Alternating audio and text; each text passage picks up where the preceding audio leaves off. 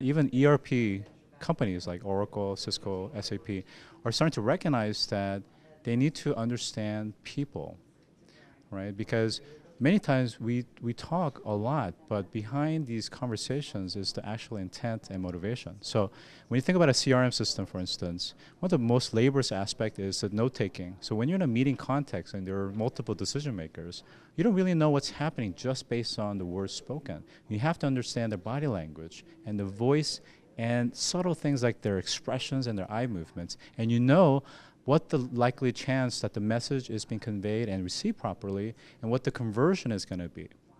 I mean, that's to me is fundamental, and really, I don't know any firm that's really doing it well, but I know that IBM and others are researching and looking into it. So, for example, I'm talking to the CEO of Avantar, Geppetto avatars that use IBM Watson in terms of natural language processing to be able to, use the laptop computer camera for facial detection, voice analysis, and the body movements, and then using IBM Watson, have a natural conversation with you around your medical needs. Does it just come down to that better, more precise messaging? And does the agency actually have the mechanism to do the better, more precise messaging, or they're trying to kind of figure this all at once, because this is all very new to them? Because if, let's say, your system does work 100%, they will have to make a new message for every single person they ping, yes?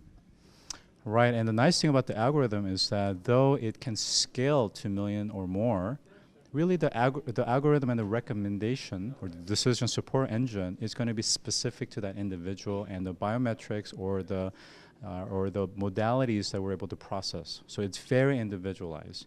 Now, in terms of the agencies or anybody else, really they're looking to us to bring the capabilities and the know-how. They are simply providing the connection, the relationship, and the format to be able to make it happen. Is there any one example right now that's in practice that's actually generating some type of real understanding about behavior beyond, what we say, that you're sort of emboldened by? You're like, oh, okay, we're finally on the right track with this.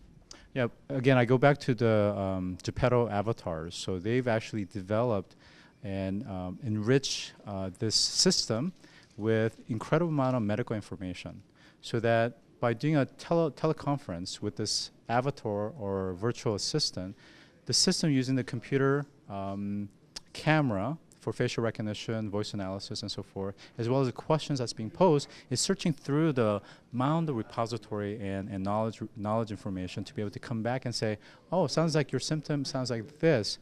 Perhaps maybe what you need to consider is this. So in other words, what they're doing is they're actually trying to compress and segment out the need for doctors and even nurses for that matter, so that this other layer that sits on top, which is an intelligence system, can actually do a lot of triage from a medical perspective before it gets escalated up to, let's say, a professional physician.